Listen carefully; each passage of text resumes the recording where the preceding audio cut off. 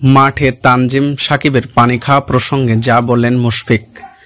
মুসলমানদের জন্য চলছে সংযমের মাস মাহে রমজান। ইসলামী বিধান অনুযায়ী পবিত্র এই মাসে প্রতিটি মুসলমানকে তে হয় রোজায়।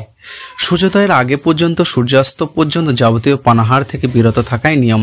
এমনকি গতকাল বুধবার সিরিজের প্রথম ওয়ানডে মুশফিকুর রহিম আর মাহমুদুল্লাহ রিয়াদকে দেখা গিয়েছে মাঠেই ইফতার সারতে।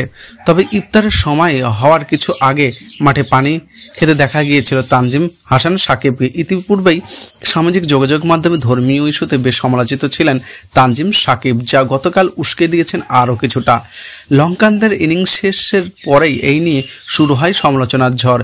ম্যাচ শেষে সংবাদ সম্মেলনে আসা মুশফিকুর রহিমের কাছে জানতে চাওয়া হয় এই প্রসঙ্গে।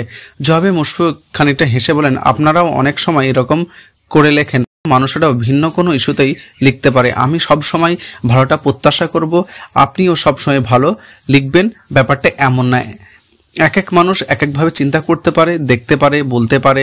ওর প্রেক্ষাপট কি সেটা ভিন্ন, আমি কিন্তু ওরকম কিছু জানি না। তবে মুশফিক জানান, পেশারদের জন্য কঠিনের কথা যেটা বললেন, অবস্থা কি সেটা কিন্তু ভিন্ন। কারণ স্বাভাবিক আজকে যেরকম গরম ছিল ওর জন্য একটু কঠিন ছিল, ক্যাম্পেস হচ্ছিল। প্রেস বোলারদের জন্য এটা আরো অনেক কঠিন। আপনি যদি খেয়াল করেন, আজকের প্রায় 2-3 জনের ক্যাম্প হচ্ছিল। এটা মানুষের যার যার ব্যক্তিগত মন্তব্য। এমন বিতর্কের বাইরে অবশ্য তানজিম সাকিব আজ মাঠে নিজের সেরাটা দিয়েছেন। বিপজ্জনক হয়ে ওঠা দুই ওপেনার প্রথম নিশঙ্কা এবং আভিস্কা ফার্নান্ডেজকে ফিরিয়ে দারুণ দুই ডেলিভারিতে।